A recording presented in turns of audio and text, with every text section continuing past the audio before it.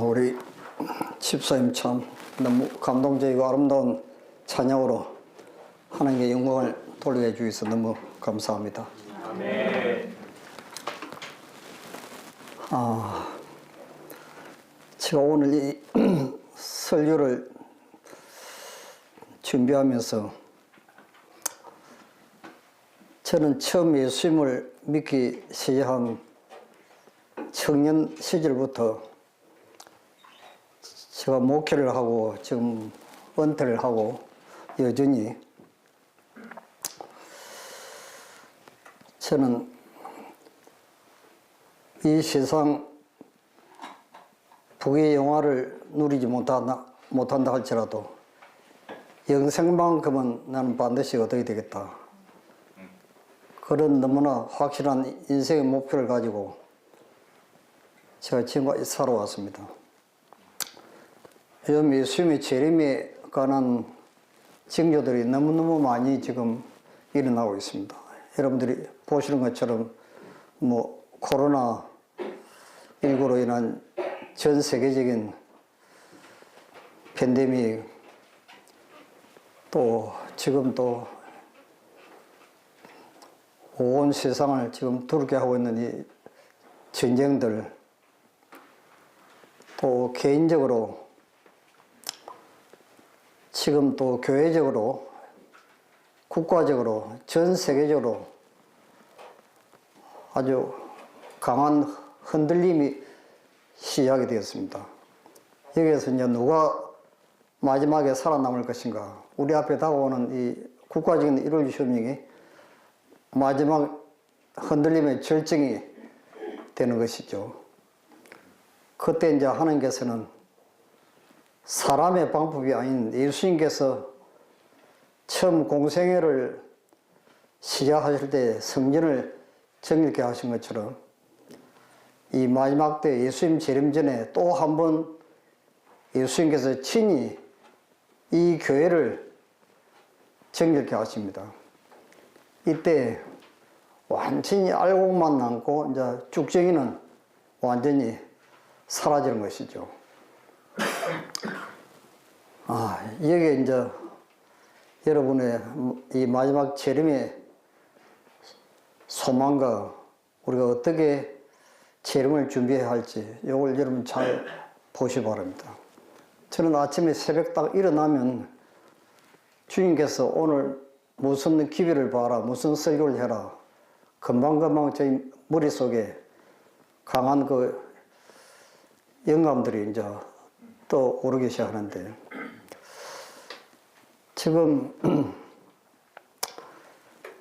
지금보다 더 강한 예수님의 재림의 징조가 있을 수가 없습니다. 그런데 저는 그 마지막 재림의 징조 가운데 가장 강한 징조는 제가 알고 있는 많은 믿음 좋고 신실하고 정말로 참 저 사람은 정말로 하늘에서 살 사람이다. 그런 분들이 최근에 계속 지금 주님 안에서 지금 잠이 들고 있습니다. 한 달 전에도 저희 막내 처자가 또 세상을 떠나고, 또 어젯밤에 또 밤 10시가 넘어서 미국에서 이제 전화가 왔는데, 부산위생병원 제가 부산위생병원에 원목으로 근무할 때 그 소아과 과장님 그 아들이 미국에 이제 이민 가서 살고 있는데, 제가 미국 조지아 연합교회 제가 심호할 때 그 교회에 나왔어요. 그래서 자기 집에 자기 아들 돌잔치 때 저를 초청해서 그날 같이 예배를 드리고 난 뒤에 저한테 부탁을 했습니다. 저희 아버지가 만약에 세상을 떠나게 되면 목사님 꼭 바른 예배를 좀 부탁한다고 20년 전에 저한테 부탁을 했어요. 그래가지고 아버님이 지금 위독하셔가지고 한 달 전에 또 한국을 나왔을 때 또 저한테 전화가 왔어요. 아버님이 지금 위독하신데 목사님 제발 좀 바른 예배를 좀 드려달라고. 그래서 제가 이제 약속을 했죠. 그래서 제가 바른 예배 설교문을 다 지금 컴퓨터에 좀 입력을 시켜놓고 이제 준비를 좀 하고 있는데, 오늘 아침에 이제 우리 부산위생병원 그 목사님이 저한테 전화가 왔어요. 그 아담이 저한테 바른 예배를 준비하라고 하는 연락을 받았는데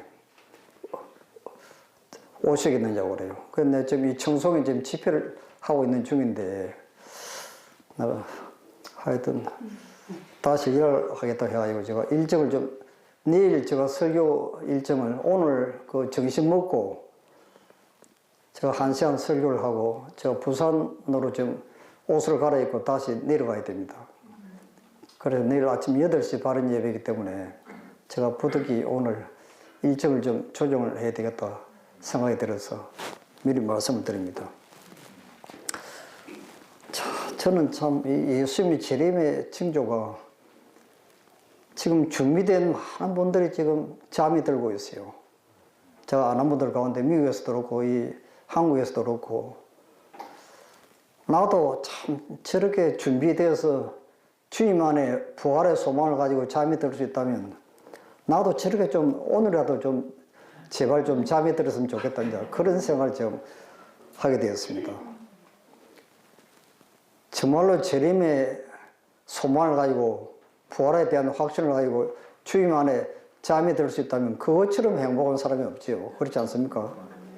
이 살아있는 사람이 고통이죠. 환난을 통과해야 되고 얼마나 많은 시련과 고난을 또 앞으로 이제 그 경험을 겪어야 되는데, 그래서 주님께서 저에게 평생을 보여주신 기별이 딱 하나가 있습니다. 사람이 거듭나지 아니하면 아무도 하늘나라에 가서 살 수 없다는 것입니다. 그건 너무나 확실한 것이죠. 정노의 계단에 그 문제를 우리 선지자께서 자세하게 묘사를 하고 있습니다. 거듭나지 못한 사람이 하늘나라에 가도 살 수가 없다는 것입니다. 너무너무 불행하고 고통스러운 것이죠. 맞지가 않으니까 맞는 게 하나도 없는 것입니다. 본성이 변화되지 아니하면 아무도 하늘나라에 들어갈 수가 없습니다. 그래서 예수님께서 밤중에 찾아온 니고데모에게 네가 거듭나지 아니하면 하늘나라에 들어갈 수 없다고 말을 하니까 얼마나 큰 충격을 받았습니까? 여러분, 우리가 잘 아는 그 니고데모가 어떤 사람입니까? 성경도 잘 가르치고 구약 성경의 박사입니다. 얼마나 설교도 잘하고 교회 행음도 많이 하고 얼마나 자기는 최선을 다해서 하나님 사업에 헌신했던 사람이죠. 그런데 예수님께서 너 지금 상태로서는 구원받을 수 없다. 하늘에 가도 살 수가 없다. 너무너무 충격적인 그 이야기를 듣고 너무너무 놀래가지고 사람이 어떻게 어머니 뱃속에 들어가서 내가 지금 이렇게 성인이 됐는데 어떻게 어머니 뱃속에 들어가서 다시 태어날 수 있습니까? 그 말도 안 되는 농담을 이제 예수님 앞에 하고 있는 것이죠. 그걸 니고데모가 몰라서 그렇게 한 이야기가 아닙니다. 구약 성경에 굉장히 많이 나와 있어요. 거듭남에 대한 비유에 대해서 얼마나 많이 나와 있습니까? 너에게 맑은 물로 뿌려서 너에게 있는 모든 더러운 것을 다 제하고 새 마음과 새 영을 줄 것이다. 거듭남에 대해서 수없이 나와 있습니다. 그런데도 니고데모는 예수님 앞에 너무 당황해가지고 충격을 받고 농담을 하는 것이죠. 그건 거듭나지 못한 증거죠. 딱 한마디 들어보면 금방 알죠. 자, 지금 이 시점에서 우리에게 가장 절박하고 긴박한 기별이 무엇입니까, 여러분? 우리 가운데서 참 경건을 부흥시키는 것은 우리들의 모든 필요 가운데서 가장 크고 가장 긴급히 요구되는 것이다. 이 일이야말로 우리가 제일 먼저 하여야 할 일이다. 지금 예수님이 재림이 가깝다는 무수한 징조들이 지금 우리 눈앞에 좀 펼쳐지고 있습니다. 트럼프가 대통령이 되면서 지금 1월 휴업령을 내리겠다 공약을 하고, 우리나라 신문에도 또 일월 휴업령, 강제 휴업령 또 이야기도 나오고 이런 소식을 들을 때 많은 사람들이 생각을 합니다. 내가 어떻게 예수님의 재림을 준비할 것인가? 보따리 싸가지고 빨리 지금 시골로 내려가야 되나? 지금 무엇을 회개해야 되나? 뭐 우왕좌왕하죠.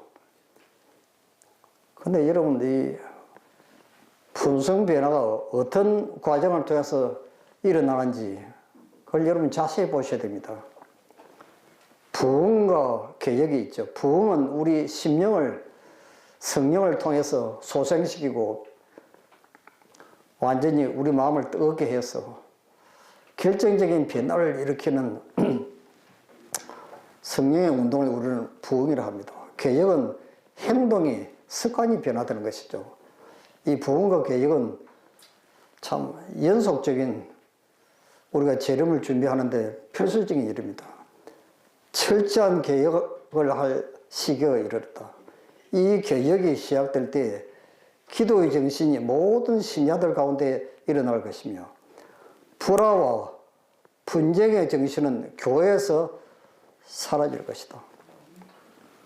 여러분, 교회에 왜 불화가 일어나고 왜 분쟁이 일어납니까? 여러분, 연말이 때문에 왜 지금선거 때문에 제가 미국 교회에 있을 때도 그런 일을 당했는데 한국에 와서도 마찬가지입니다. 왜 연말이 되면 이런 문제들이 일어납니까? 자아가 죽지 않아서 그렇죠. 거듭나지 못한 것입니다. 그리스도의 반석 위에 자아가 완전히 산산조각이 되어서 깨어지면 자기가 아무리 모욕을 당하든지 경멸을 당하든지 억울함을 당하든지 아무리 정신적인 충격을 당하더라도 그게 요동하지 않습니다. 왜냐하면 하나님의 계획표에 의해서 우리 인생에서 닥쳐오는 모든 하루하루의 모든 사건들은 우연히 일어나는 일이 단 하나도 없는 것입니다. 여러분, 팔복을 여러분 연구해 보십시오. 우리 품성을 변화시키기 위한 하나님의 놀라운 계획표가 있습니다. 그 계획표는 단 하루도 안 빠지고 눈만 뜨면 날마다 우리에게 넘어옵니다. 우리가 듣는 소식, 우리가 눈으로 보는 사건, 사물, 우리에게 닥쳐오는 모든 시련들 단 하나도 우연히 일어나는 것 단 하나도 없습니다. 우리에게 가장 축복이 되고 유익이 되는 것만 통과시킨다 했습니다. 그 모든 것은 좋은 것들이에요. 그런데 그런 믿음이 무엇입니까? 믿음은 하나님께서 우리에게 가장 좋은 것이 무엇인지를 알고 그것을 마음에 받아들이고 순종하는 것이 믿음이라 했습니다.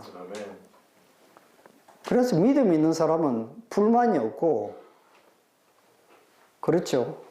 미움도 없습니다. 그래서 변화가 일어나는 것이죠. 이것이 믿음으로 말하면 이 기별의 굉장히 중요한 핵심이 이 하나님의 계획표하고도 관계가 있습니다. 우리 귀로 듣는 소문들, 나한테 닥쳐오는 모든 억울한 고통스러운 일 다 하나님의 계획표입니다. 내 속에 있는 변화되지 못하고 거듭나지 못한 것들을 다 들추어내는 것이죠. 자아가 죽지 않는 것을 우리에게 바로 깨닫게 역사하시는 것이죠.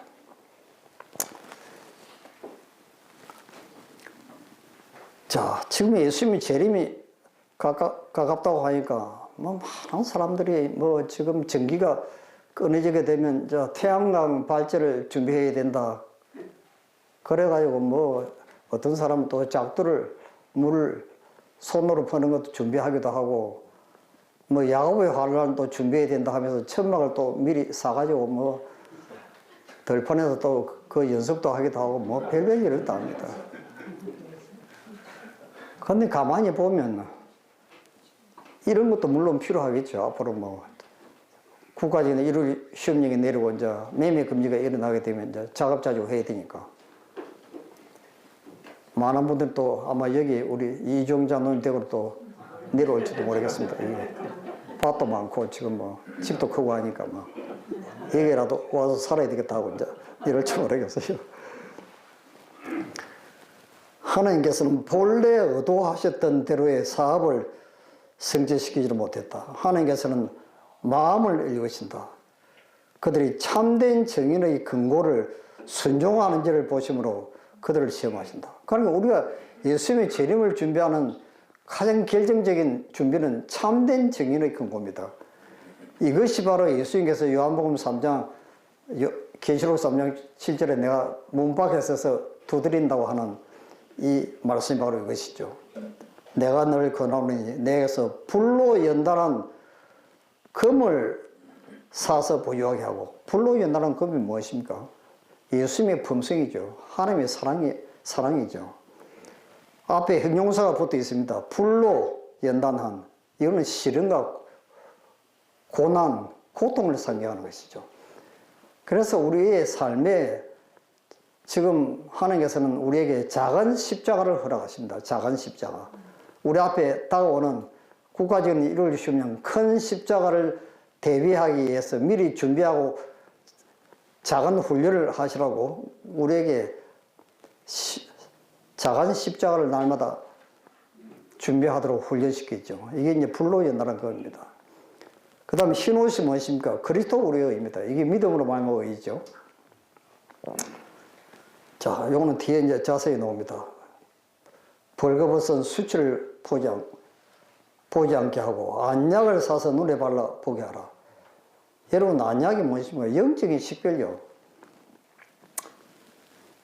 여러분, 미국의 그 FBI 정보원들이 위조 달러를 그걸 잡아내기 위해서요, 얼마나 많은 자금을 투자해가지고 그동안 연구를 했습니다. 그런데 결국은 실패했어요. 그래서 작전을 바꾼 것이 바로 뭐냐면, 진짜 화폐를 앞에 갖다 놓고, 달러를 갖다 놓고 연구하는 것입니다. 그 진짜 달러를 연구를 하니까 나중에 딱 가짜 화폐가 나타나면 직감적으로 금방 느끼는 것이죠. 금방 잡아내는 것입니다.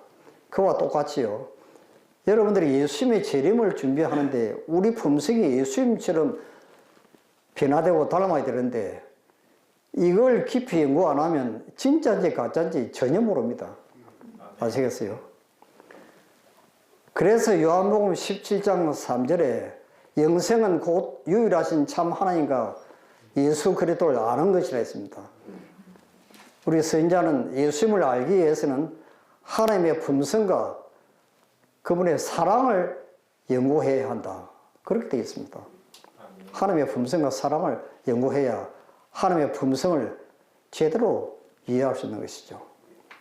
이제 저녁에 우리 이청구 집사님께서 참 감동적인, 참 베드로가 예수님을 3번씩이나 부인할 때 그 예수님과 눈동자가 마주치면서 전혀 미워하거나 책망하거나 저주하는 표정 없이 긍휼과 용서와 사랑을 베푸시는 그 놀라운 그 하나님의 사랑, 너무너무 감동적이죠. 과연 우리 속에 그런 하나님의 예수님의 사랑이 있는지 여러분 생각해 보시기 바랍니다. 저 속에도 이게 없어요. 제가 가만히 보니까 저 속에도 없습니다. 그래서 요즘 제가 하나님 제발 좀 예수님과 같은 그 사랑을 저희 마음에도 재창조해 주십시오. 만들어 주십시오. 그건 제가 매일 기도하고 있습니다. 그래서 그 기도를 매일 해서 그런지 제가 요즘 보는 말씀이나 예언의 신이나 위아들이요, 전부 그쪽에만 제 눈이 이제 고정되도록 하시는데요. 그건 원수같이 살아가는 것입니다. 원수같이요. 이것이 바로 하나님의 품성인데요.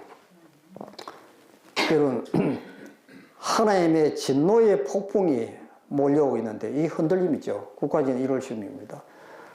하나님의 사랑 안에 있는 진리로 말미암아 성화된 사람만이 설 수 있을 것이다. 그랬습니다. 하나님의 사랑 안에 있는 진리입니다. 사랑으로 역사하는 믿음이죠. 우리가 전심을 다하여 하나님과 우리 이웃을 내 몸처럼 사랑할 때 하나님께서는 우리를 통해 역사하실 것이다. 우리가 늦은 미워의 시간에 어떻게 쓸 수 있는가? 오직 그의 사랑을 소유할 때이다. 그랬습니다. 우리 속에 하나님과 같은, 예수님과 같은 사랑이 없으면 우리가 앞으로 늦은비도 없고 환란 때 살아남지를 못합니다. 이것이 유일한 방법입니다. 유일한 방법. 환란을 통과할 수 있는 유일한 방법. 예수님과 같은 사랑이죠. 하나님의 깊은 사랑만이 우리에게 박도한 시련 가운데서 영혼을 지탱해 줍시다. 이게 이제 결론입니다. 자, 우리가 요한계시록 14장은 6절부터는 이제 새 천사 기별이 나오고, 이제 14절부터는 익은 곡식을 추수하시기 위해서 재림하시는 예수님의 모습이 기록이 되어 있습니다. 그렇죠. 손에 이한 낫을 가지고 지금 추수하시기 위해서 재림하시는 것이죠. 익은 곡식을 추수하시는 것입니다. 익은 곡식. 자, 익은 곡식이 무엇입니까, 여러분? 열매가 익으면 곧 낫을 되나니 추수 때가 이르렀습니다. 그리스도의 품성이 당신의 백성 가운데서 완전히 재현될 때, 예수 그리스도의 품성이 익은 곡식이고 이게 열매죠. 이게 성령의 열매입니다. 이러므로 그 열매로 그들을 알리라. 나더러 주여 주여 하는 자마다 다 천국에 들어갈 것이 아니라고 분명히 마태복음 7장 2절 11절에 기록을 하고 있습니다. 여러분, 열매가 무엇입니까? 이 성령의 열매가 예수 그리스도의 품성입니다. 예수 그리스도의 품성. 사랑, 희락, 화평, 오래 참음, 자비, 양선, 충성과 온유, 절제. 이것이 예수 그리스도의 생애에서 나타난 아름다운 사랑의 품성이죠. 그래서 갈라디아서 5장 22절에서 23절을 현대적인 표현으로 이렇게 묘사를 하고 있습니다. 성령의 열매는 다정하고 또 사랑스러운 성격, 상냥한 마음, 쾌활한 기질, 평온한 정신, 차분한 태도, 짜증나는 상황에서 자신을 괴롭히는 사람들에게 인내하는 참을성, 동정 어린 통찰력과 재치 있는 도움, 관대한 판단과 통 큰 자선, 어떤 상황 속에서도 충성스럽고 믿음직함, 다른 사람의 기쁨 속에서 자아를 잇는 겸손, 모든 일에 절제하고 자제하는 것이니 이것이 완전해지고 있다는 최종적인 징표이다. 이것이 성령의 열매가 나타나는 성품의 특성이다. 여러분, 이 말씀을 내 품성과 한번 대조해 보시기 바랍니다.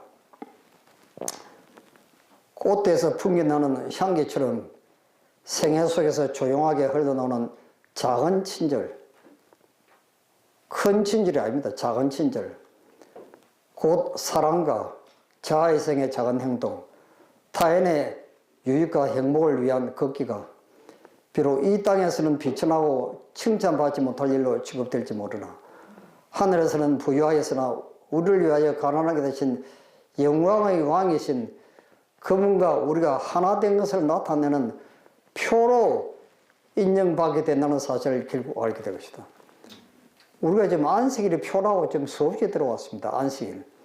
제7일 안식일이 표라고 우리 선지자도 분명히 이야기했습니다. 그 안식일 지키지 않는 것은 이제 그런 짐승의 표죠. 자, 이 표가 무엇입니까요? 살아계신 하나님의 인, 이 하나님의 인이 표입니다. 하나님의 인은 하나님의 인을 받는 사람들만이 거룩한 도성의 문들을 통과할 여건을 갖게 된 것이다. 살아계신 하나님의 인은 성품이 그리스도를 닮은 자들에게만 쳐진다고. 이게 하나님의 인입니다. 성품이 예수님의 품성을 담는 것이죠. 많은 사람들이 광신주의자다. 그들은 신앙으로 오인되는 불같은 열성에 사로잡힌다. 그러나 제자됨의 참된 증거는 품성이다. 그들은 그리스도의 온유함을 지니고 있는가? 그들은 그분의 겸손과 자비의 정신을 지니고 있는가? 그들의 영혼의 성전으로부터 교만, 오만, 또 이기심, 비난의 정신이 제거됐는가? 이 남을 비난하고 판단하는 거 굉장히 위험한 것입니다. 이것이 이제 율법주의자들의 아주 공통적인 하나의 특징이죠. 자, 안식을 지킨다고 인을 받습니까? 이 안식을 지키노라고 고난하는 모든 자들이 인첨을 받는 것이 아니라고 분명히 기록되어 있습니다. 다른 사람들에게 진리를 가르치는 자들 중에도 많은 사람들의 이마에 하나님의 인을 받지 못할 것이라고 기록되어 있습니다. 믿음으로 말미암아 외의 기별을 지냈던 존소와 와그너 목사도 타락했습니다. 왜 그랬습니까? 화이트본이 수십 번 경고했어요. 내가 거칠고 모나고 불친절한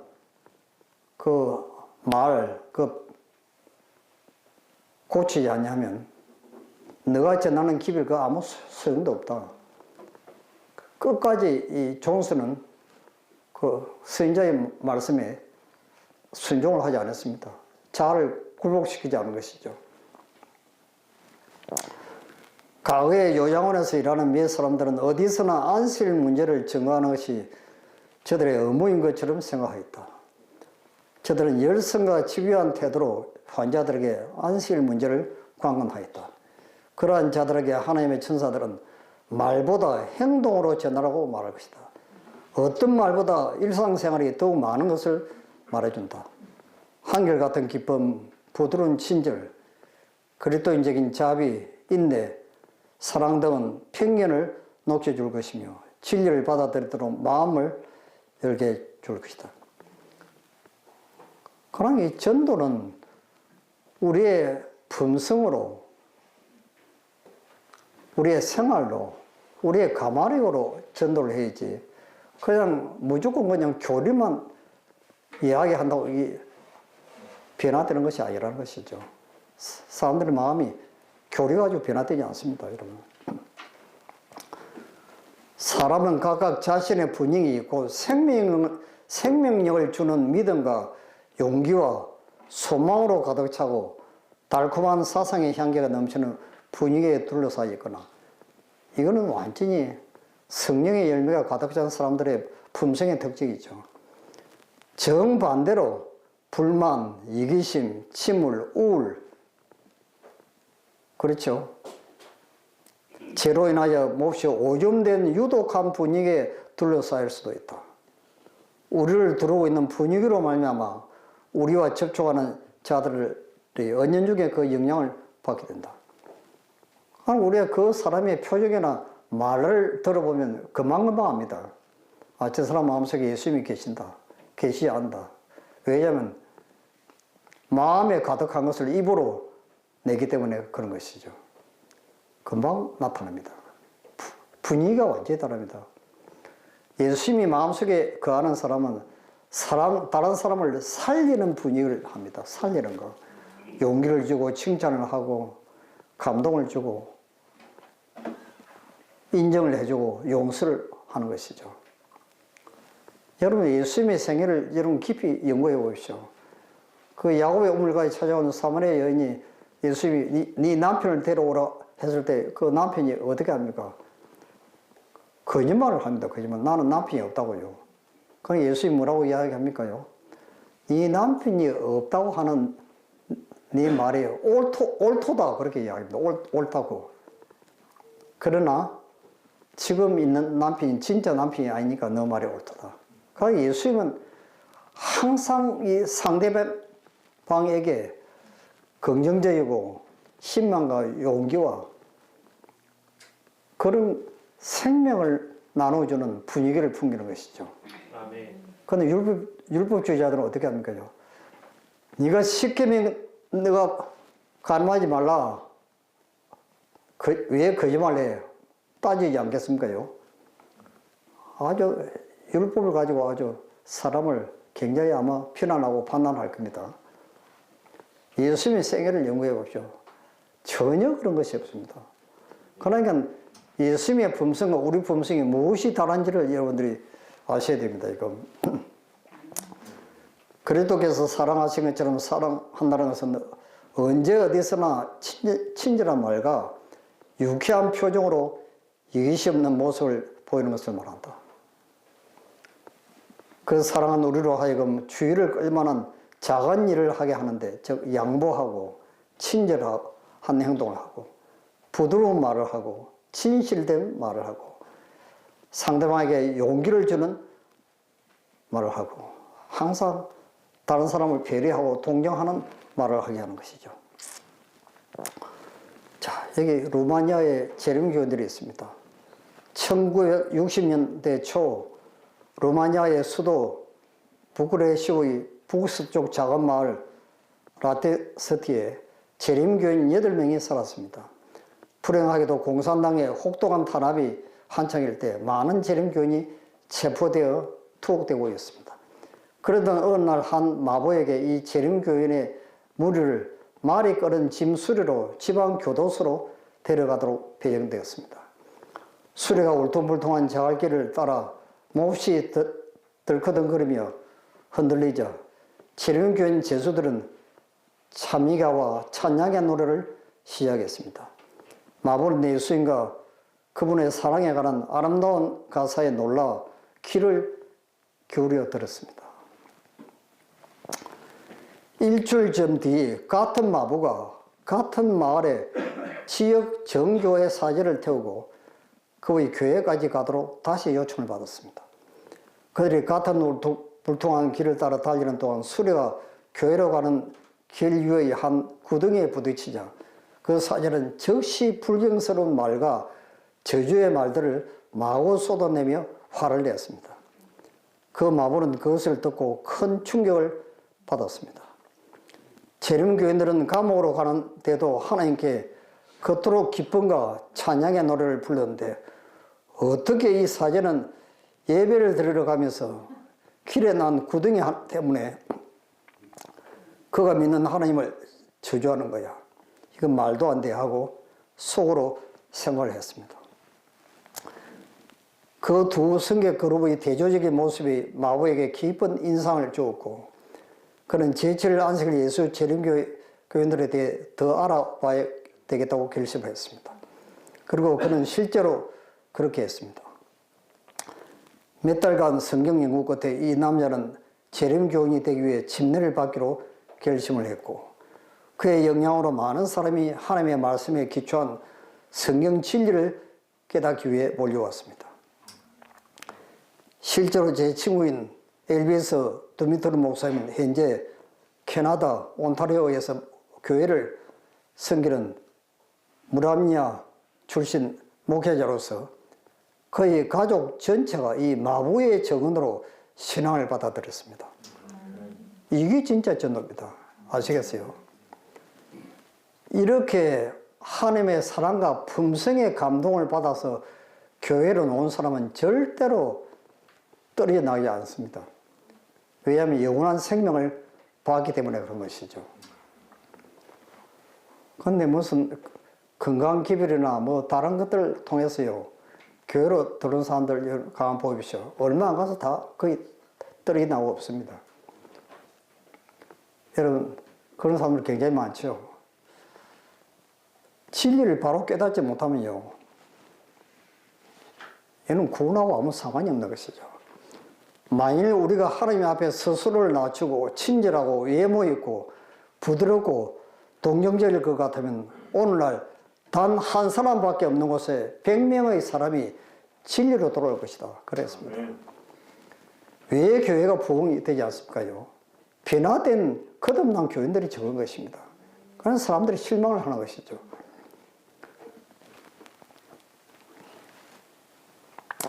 장막 집회가 처음으로 그곳에서 개최됐을 때 우리는 이 해안에 있었고 수백 명이 진리에 대해 확신을 하고 있었다. 그러나 하나님께서는 그 교회가 어떤 인물들로 구성되어 있는지 알고 계셨다. 영혼들이 진리 안에 진리로 나온다 해도 그들을 양육하고 품어주고 고상한 삶을 살도록 이끌어줄 사람이 아무도 없었다. 주님께서는 결코 회심의 체험을 갖지 않은 교인들과 한때는 회심했으나 뒤로 물러간 이들 때문에 수많은 영혼들을 진리 가운데로 이끌기 위해 지금 역사하지 않으신다. 여러분, 왜 교회가 좀 늦은 비가 내리지 못하고 이렇게도 예수님의 재림이 100년 이상을 왜 지체되고 있습니까? 진리를 믿는다고 고언하는 하나님의 백성들이 성령으로 거듭나고 변화되지 않는 것입니다. 제가 대구에서 어떤 장로교 권사님하고 성경 공부를 했습니다. 그분이 안식일 진리를 깨닫고 이제 다음 주면 침례 받기로 이제 약속을 했어요. 근데 그 전날 밤에 이분이 꿈을 꿨습니다. 무슨 이야기를 하느냐면, 내가 안식일 날 교회로 왔는데 그 교회 정문에 장문처럼 생긴 큰 키가 큰 사람이 그 문을 막고 있어가지고 내가 그 예배드리러 본당에 들어가지 못해가지고 교회 바깥에만 창문을 통해서 이렇게 빙빙 돌다가 집으로 왔다는 것입니다. 제가 그 이야기를 듣고 제가 너무너무 충격을 받았습니다. 이게 지금 우리 교회 지금 현실입니다. 여러분, 이 믿음으로 말하면 의의 기별을 바로 깨달으면요, 결정적인 변화가 일어나도록 되어 있습니다. 아멘. 분명히 화이분이 이야기했죠. 세 천사 기별이 사실은 믿음으로 말하면 의의 기별입니다. 이 믿음으로 말하면 의의 기별을 깨닫는 사람이 100명 가운데 한 명도 없다는 것입니다. 왜 그런지 아십니까요? 이걸 바로 하셔야 됩니다.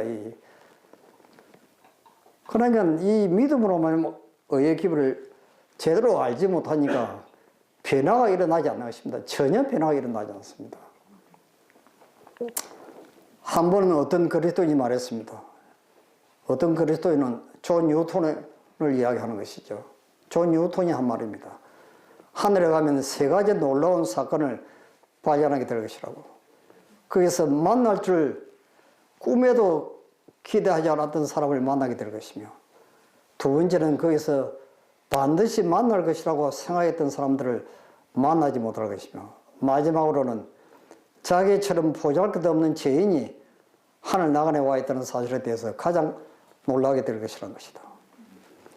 세상에서는 존경받는 그리스도인으로서나 보좌 주위에 둘러싸여 있는 무리들 속에서는 찾아볼 수 없는 사람들이 많을 것입니다.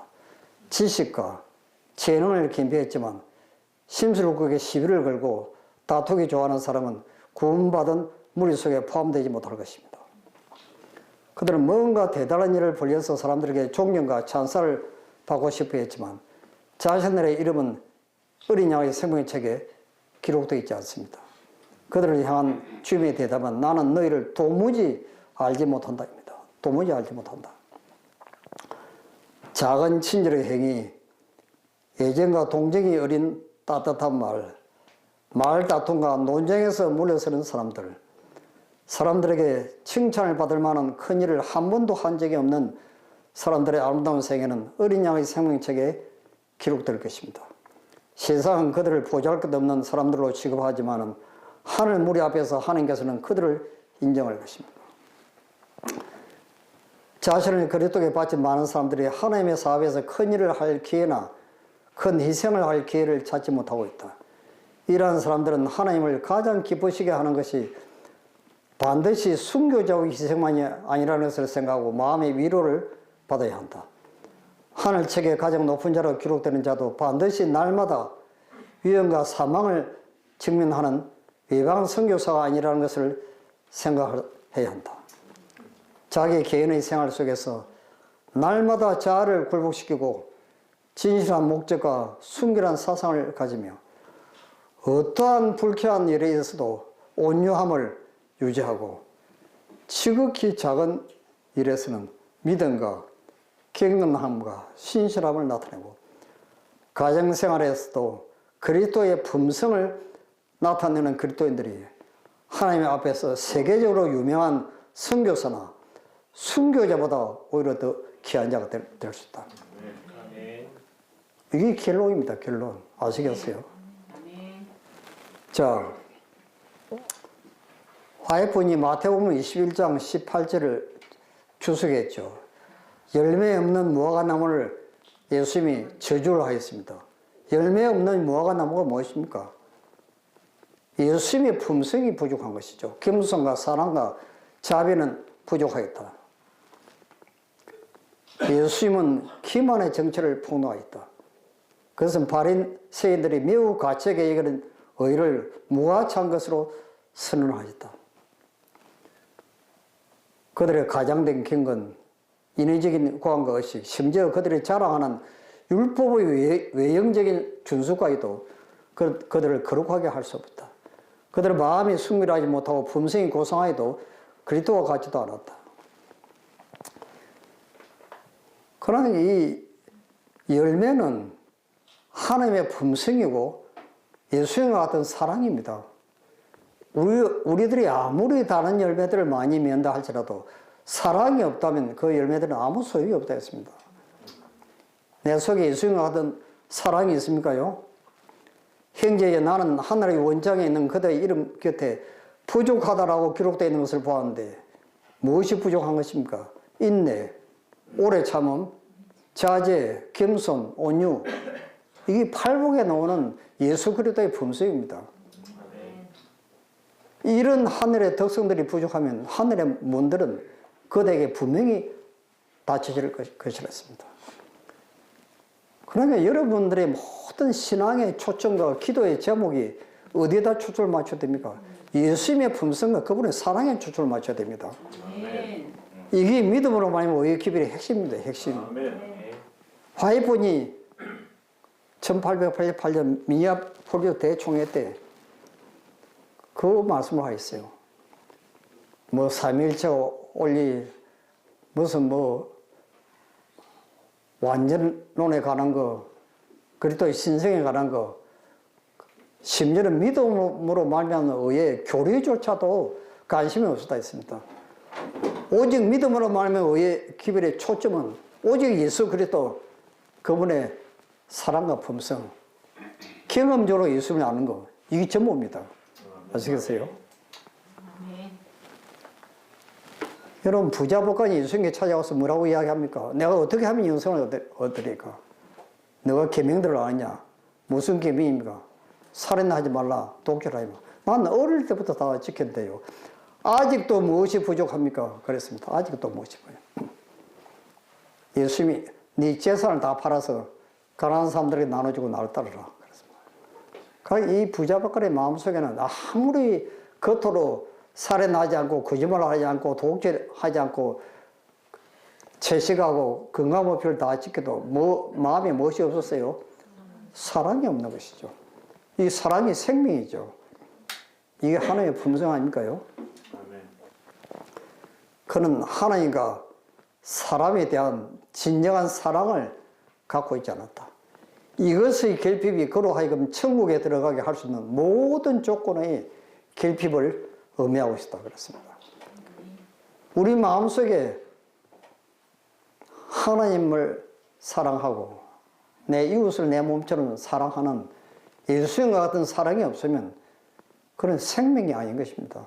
거기는 구원이 없는 것이죠.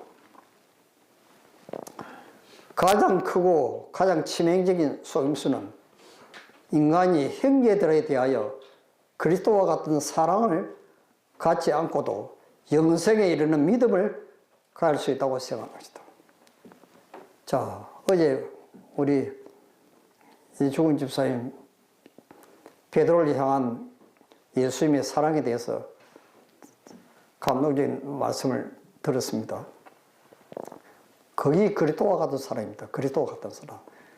그래서 부활하고 난 뒤에 예수님이 갈릴리 바닷가에서 베드로를 만났을 때 3번씩이나 반복한 것이 무엇입니까? 네가 나를 사랑하느냐.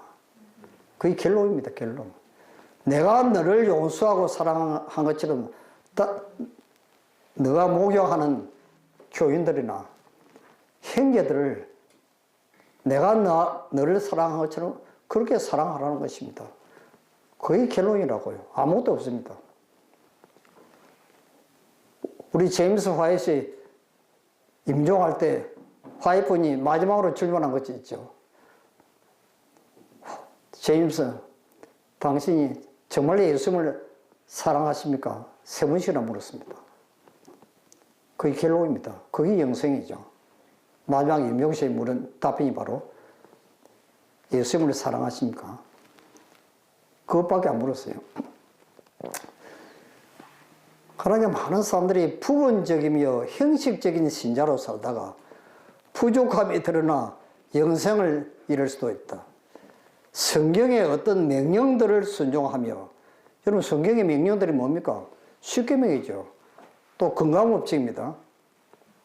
이런 것들은 철저히 순종하면서 무엇이 부족하다고요? 그리스도인 품성의 필수적인 자격이 미비하여 멸망을 당할 수도 있다는 것입니다. 아시겠어요? 율법을만 철저히 지킨다고 구원받는 것이 아닙니다. 그걸 증명을 하죠. 자, 마태복음 12장 43절에 이런 말씀이 기록되어 있습니다. 더러운 귀신이 사람에게서 나갔을 때 물 없는 곳으로 다니다 시기를 구하되 얻지 못하고 이에 가로되 내가 나온 내 집으로 돌아가리라 하고 와보니 그 집이 비고 소재되고 술이 되었거늘. 이 뭡니까? 우리가 침례받고 난 뒤 내가 죄를 다 잡아가고 회개하고 내 영혼의 성전이 깨끗하게 되었습니다. 이에 가서 저보다 더 악한 귀신 7을 데리고 돌아가서 거하니 그 사람의 나중 형편이 전보다 더욱 심하게 되느니라 그랬습니다. 전보다 더 심하게 되겠다고. 이 장면이 무슨 장면입니까? 악한 영이 쫓겨난 그 사람의 비유는 그 영혼을 그리스도의 사랑으로 채우지 않았다는 것입니다. 우리가 침례받고 난 뒤에 예수님이 마음속에 임재하심으로 예수님의 사랑이 거하지 않는 사람들은 어떤 현상이 일어납니까? 율법주의자가 됩니다. 율법주의자. 아시겠어요? 굉장히 냉정하고 남을 비판하고 판단하는 게 습관적으로 나옵니다. 자기도 모르겠어요. 그래서 다른 사람들이 다 싫어하죠. 그 사람 옆에 가기를 싫어합니다. 또 나한테 또 무슨 트집을 잡으려고 하나. 겁이 나서 갈 수가 없는 거죠. 이 장면이죠, 지금. 그 심령을 피울 뿐만 아니라 그 공간을 거룩한 점령자께서 채워야 될 것을 설명하고 있는 것이다. 거룩한 점령자가 누굽니까? 예수님입니다. 예수님. 내 마음속에 예수님이 매 순간 임재하셔야 그 속에 사랑이 있고 구원이 있고 그리스도 우리의 의가 있고 변화가 일어나는 것이죠. 아멘. 이게 믿음으로만 의의 기별의 전부입니다. 아시겠어요? 제가 둘째 시간에 이 문제를 좀 자세히 다루겠습니다. 우리는 자주 예수님께서 누가복음 11장 24절에 귀신들이 쫓겨나고 그 사람이 빈집으로 남겨두는 것에 대해서 말씀하신 것을 자주 잊어버린다. 귀신들이 다시 돌아와서 그 빈집을 채웠다.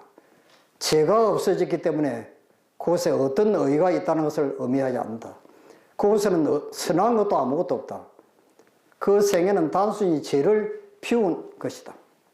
의는 우리 생에서 죄를 제거하는 것 이상이다. 의는 부정적인 것, 즉 살인하지 말라, 도끼를 하지 말라 이런 것들이 아니라는 것입니다. 여러분 의가 무엇입니까? 그리스도 우리의 의. 예수님이 의이십니다. 예수님이. 예수님이 내 마음속에 임재하셔야 됩니다. 예수님이.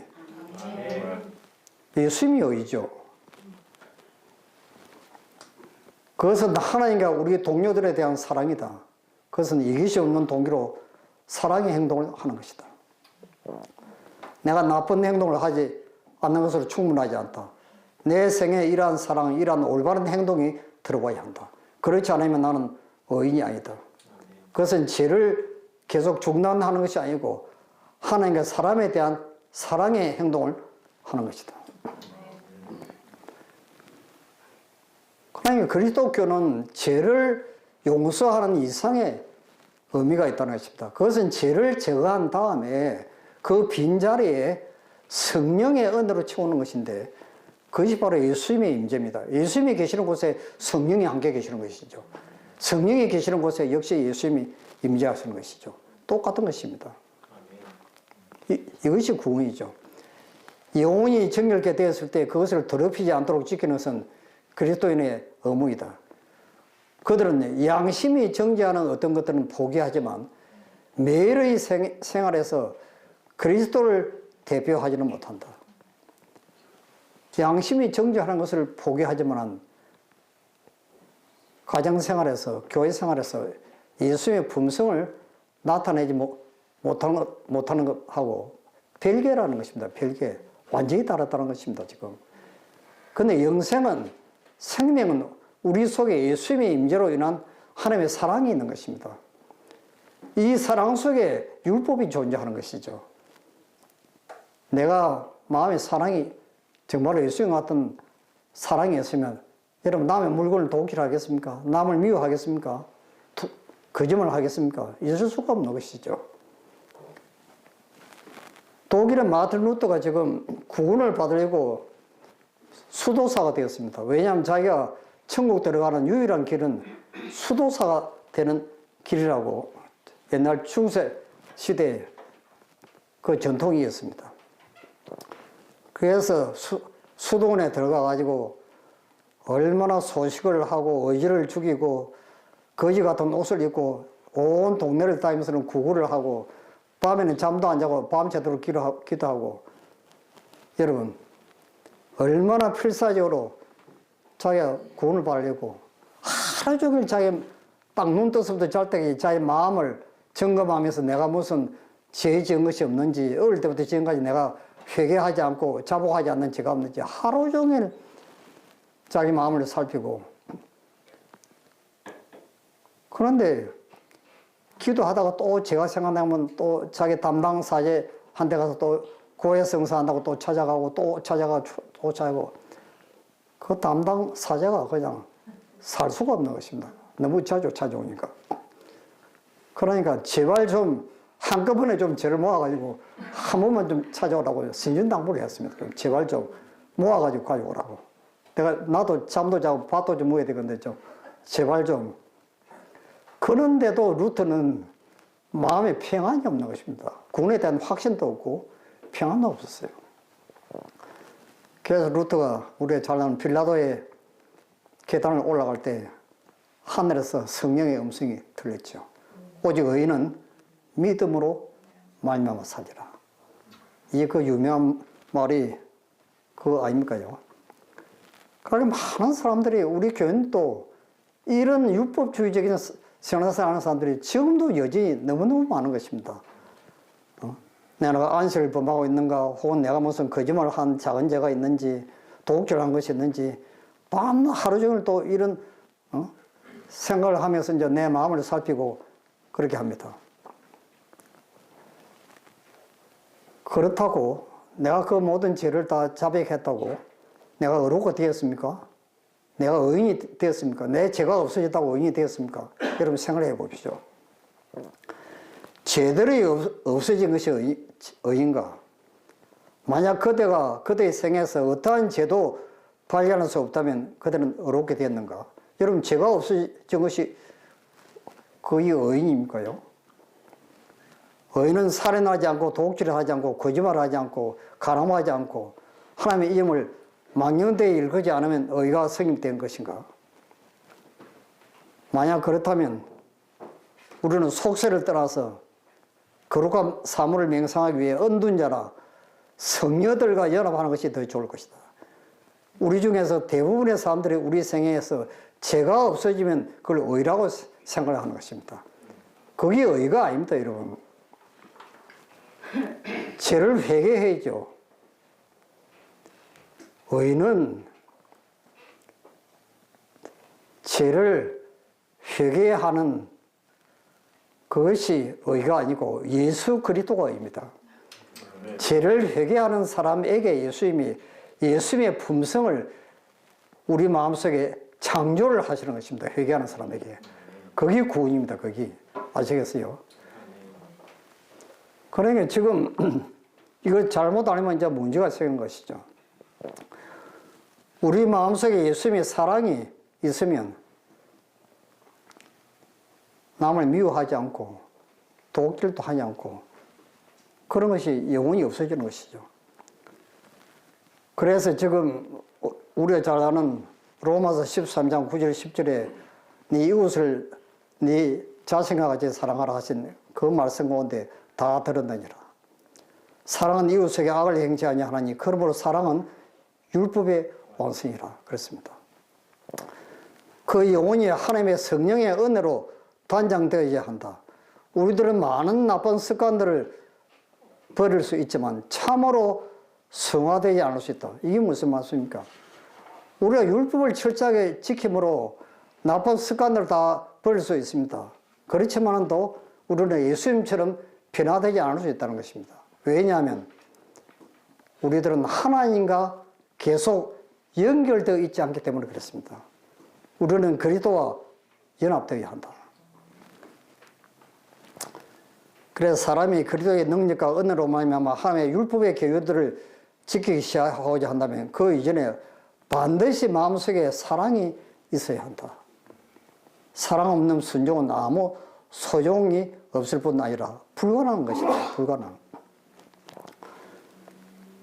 내 마음속에 사랑이 있어야 한다. 예수님이 있어야 그 다음에 율법을 지키는 것이 순서라는 것입니다. 순서. 이게 세 천사 기별의 핵심입니다. 여러분, 세 천사 기별이 무엇입니까? 첫째 천사 기별, 하나님께 영광을 돌리라. 그 하나님의 품성을 이야기하는 것이죠. 하나님의 사랑. 둘째 천사 기별이 무엇입니까? 모든 죄로부터 철저하게 회개하라는 것이 바벨론에서 나오라는 것입니다. 이게 순서대로 되어 있어요. 순서대로.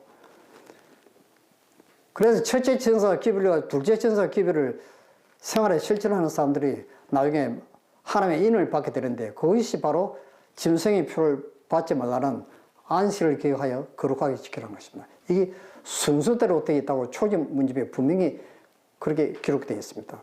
이 문제는 이제 다음에 시간이 있으면 자세히 연구하도록 하죠. 그래서 유대인들이 멸망한 원인이 바로 이것입니다. 이것은 오늘날에도 똑같이 그들은 어떤 중요한 일을 수행하여 구원받는 그런 방식을 고집한다는 것이죠. 오늘날 많은 사람들이 그러한 것처럼 바울도 유전적인 경건성에 매우 독선적인 자부심을 가지고 있다. 그러나 그의 자부심이 거짓된 것임이 드러났다. 그것은 그리스도 밖에 있는 믿음이었으며 그런 행식과 의식을 신뢰하였다. 율법을 위한 그의 열정은 그리스도에게서 분리시켰으며 그 열정은 전혀 무가치한 것이었다. 그는 율법을 행하는 행위로 볼 때 아무런 흠이 없었다고 자랑하였다. 그러나 그는 내가 믿지 않을 때 알지 못했다고 이야기했습니다. 그러니 믿음으로 말하면 의는요, 이게 완전히 차원이 다릅니다, 지금. 그런데 율법주의나 이 행위로 말하면 의는 그걸 지킴으로 구원을 받으려고 하지만은 또 그거는 하나님께서 보시기에 그건 불가능한 것입니다. 불가능. 지금 안 되도록 되어 있습니다. 율법을 지킴으로 자기 자신의 행위로 천국에 이르려고 노력하는 자는 완전히 불가능한 일을 하고 있다는 것입니다. 이 율법을 어떻게 지키는 것입니까? 예수님이 지키도록 해주셔야죠. 예수님이. 예수님이 내 마음속에 임재하시면 하나님께서는 나를 보지 않고 내 속에 계시는 예수님을 보시고 완전하다, 완전히 율법을 순종했다고 거저 봐주시는 것입니다. 이게 믿음으로 말하면 기분이죠. 내 속에 있는 예수님이 내 품성을 성령으로 예수님처럼 매 순간마다 날마다 성화시키는 것입니다. 변화시키는 것입니다. 그러니까 예수님이 내 마음속에 임재하시는 거의 전부입니다. 전부. 이걸 둘째 시간에 제가 다룰 겁니다. 여러분, 회개도 예수님을 통해서 오고 믿음도 예수님께로부터 오는 것입니다. 이걸 보십시오. 수로보니게 여인의 마음속에 거절을 일으키지 않는 불의와 불결의 정신을 넣어주신 분은 바로 그리스도셨다. 아시겠어요? 법관 앞에 호소하는 가부에게 그 용기와 굳은 결심을 주신 이도 역시 그리스도였다. 수천 년 전에 야곱이 약복강가에서 에서와 씨름을 할 때 야곱에게 또 백절불굴의 믿음을 넣어주신 이도 역시 예수님이었다는 것입니다. 그러니까 내 마음속에 계시는 예수님께서 내게 믿음도 주시고 회개도 주시고 성화도 주시는 것입니다. 전부. 그러니까 예수 그리스도가 전부라는 것입니다. 예수 그리스도가. 내 마음속에 예수님이 임재하시는 것이죠. 이거 좀 이해가 되십니까요?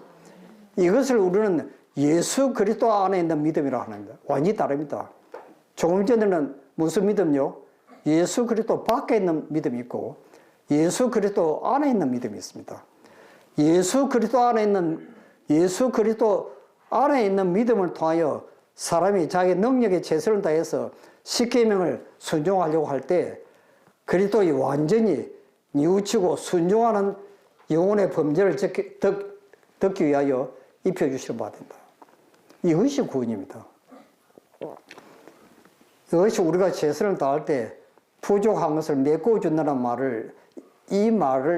말씀을 이야기하는 것이죠. 이거는 그리스도 안에 있는 믿음입니다. 예수님이 내 마음속에 계심으로 율법을 순종하도록 충동을 주고 행동하도록 하는 것은 그는 믿음으로 말미암아 의해서 그렇게 하는 것이죠. 이런 사람들은 나처럼 하지 않는 다른 사람들을 향해서 정죄하거나 판단을 절대로 안 합니다. 오히려 그들을 도와주고 기도하고 동정을 느끼고 예수님이 예루살렘을 향해서 눈물을 흘린 것처럼 행위를 향해서 눈물을 흘리는 것이죠. 완전히 차원이 다릅니다. 이거는 지금. 니고데모가 그 기험을 한 것입니다.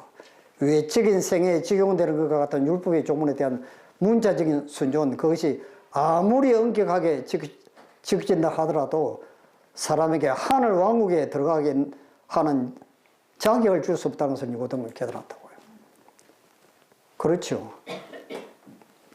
그래서 니고데모가 그날 밤에 집에 돌아가서 성경을 연구를 다시 했습니다. 네가 물과 성령으로 나지 않냐면 하늘에 들어갈 수 없다. 우리는 성령을 받아야 됩니다. 성령을. 이 성령은 무엇입니까? 예수 그리스도죠. 예수 그리스도께서 임재하시는 곳에 성령이 함께 계십니다. 성령이 임재하시는 곳에 예수님이 또 함께 계시는 것이죠. 성령을 받으면 우리가 예수님처럼 변화됩니다. 마치 식물이 햇빛과 이슬과 비를 받는 것처럼 우리는 성령을 받아야 한다. 우리의 마음이 언제나 그리스도를 생각하고 있을 것 같으면 성령은 마치 비와 같이 땅을 적시는 늦은 비와 같이 우리에게 임하실 것이다. 자, 시간이 너무 많이 돼서 결론을 제가 말씀을 드리겠습니다. 자, 제가 무슨 말씀을 드리려고 하느냐면요. 십자가 없이는 그들이 사단이 타락하기 전에 있었던 천사들보다 악에 대한 더 확실하고 완전한 방어책이 없을 것이다. 천사의 완전은 하늘에서 실패했다. 인간의 완전도 축복의 낙원이었던 에덴에서 실패했다. 그러니까 완전을 추구하지 말라는 것입니다. 완전. 내가 이것도 안 하고 저것도 안 하고 이거 먹고 그 완전을 추구한다고 우리가 죄를 짓는 것이 아니라는 것입니다. 천사도 완전하게 창조했는데 타락하고 반역을 일으켰죠. 아담과 하와도 예수님처럼 완전하게 창조되었습니다. 그런데도 선악을 따먹고 또 타락했어요. 완전을 추구한다고 죄를 짓지 않는 것이 아니라는 것입니다. 딱 한 가지 방법은 십자가밖에 없다는 것입니다. 십자가의 사랑. 아시겠어요? 십자가를 바라보는 것이 이 세상에서와 영원한 하늘나라에서도 아무리 세월이 흐르고 또 흘러도 모든 범죄로부터 완전하게 방어할 수 있는 죄를 짓지 않도록 해주는 완벽한 방어책이 바로 십자가에서 나타난 하나님의 자의성적인 사랑이라는 것입니다. 그래서 타락하지 않는 거민들도 타락하지 않는 천사들도 우리가 하늘에 가면 하나님의 십자가에 대해서 영원토록 배우고 또 배운다는 것입니다. 이것만이 유일한 죄로부터의 완전한 해결책이라는 것입니다. 여러분 이제 결론이 지금 나왔죠. 우리가 어떻게 예수님처럼 변화되겠습니까요? 우리는 완전을 추구해서는 안 됩니다. 많은 사람들이 완전론, 완전해야 된다, 하는데 그 완전히 뭔지 이런 잘 보이시죠. 예수님만이 완전한 것입니다. 예수님만이. 내 속에 예수님이 계시면 나도 완전한 것입니다. 왜냐하면 하나님께서는 나를 보시는 것이 아니고 예수님을 보시기 때문에 완전한 것이죠.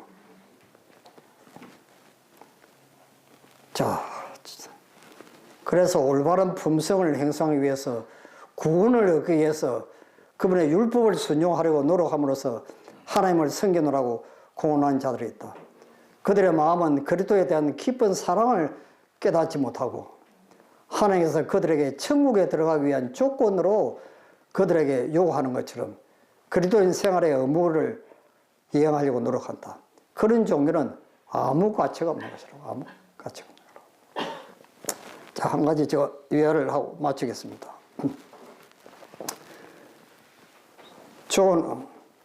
늙은 조는 미시피 하고 가까이 사는 노예였다.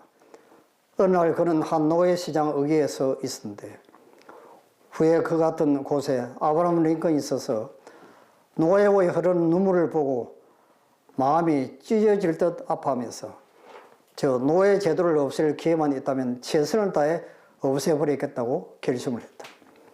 조는 그곳에 병들고 이별과 눈물로 지친 채 서 있었다. 그는 다시는 일을 하지 않으리라고 결심을 하였다. 그러나 그는 경매장에 있었다. 입찰자들이 경매를 부르기 시작하자 조는 처음에는 숨쉬는 소리로 응얼거리기 시작했다. 그러다가 그는 점점 더 큰 소리로 외치기 시작했다. 나는 일을 하지 않을 거요. 저는 절대로 일을 하지 않을 거요. 사람들이 한 사람씩 그 소리를 듣게 되자 경매자가 떨어져 나갔다. 그러나 어떤 사람이 이 일하지 않겠다는 노예를 사기 위해 많은 돈을 지불하였다. 새 주인이 조를 데리고 마차에 태워 농장에 있는 지방으로 갔다. 마침내 그는 호수를 지나가는 한 오솔길에 접어들게 되었다. 호수 옆에는 창문에 커튼을 쳤고 자갈길 옆에 꽃을 심은 통나무 집이 있었다. 조는 그와 같은 것을 본 적이 없었다. 여기서 내가 살 곳입니까? 하고 조가 물었다. 그렇다. 하지만 일은 안 할 겁니다. 조, 넌 일할 필요가 없어. 난 너를 풀어주기 위해 샀으니까. 조는 그 연인 앞에 엎드려서 이렇게 말했다. 주인어른, 난 영원히 당신을 위해 봉사하겠습니다. 여러분, 이 장면이 무슨 장면이죠? 평생을 노예로 살다가 노예 주인이 이제 나이도 많고 늙은 조가 쓸모없다고 이제 반값에 팔려고 노예 시장으로 끌고 왔는데 또 새 주인이 이 불쌍한 조를 사가지고 집도 주고 땅도 주고 영원히 죽을 때까지 너는 노예로 살지 말고 행복하게 살라고 그걸 해방시켜 주었습니다. 그 사랑에 감동을 받아가지고 이 조가 그 주인 앞에 무릎을 꿇고 제발 좀 나 좀 일 좀 시켜달라고 좀 사정하나. 자발적인 행동이죠. 우리가 지금까지 사단의 나쁜 악한 주인의 노예로 좀 살았습니다. 그런데 예수님께서 십자가의 그 무한한 값으로 말할 수 없는 값으로 이런 저를 죄의 노예로부터 해방시키기 위해서 우리를 해방시켜 주었습니다. 우리가 율법을 순종하는 것은 구원을 받기 위해서 하는 것이 아닙니다. 이건 하나님을 기쁘시게 하기 위해서 그렇게 하는 것이죠. 이것이 하나님의 뜻이니까. 그 사랑에 감동을 받아서 내가 자원해서 내가 하고 싶은 것이죠. 그게 하나님의 뜻이면 무엇이든지.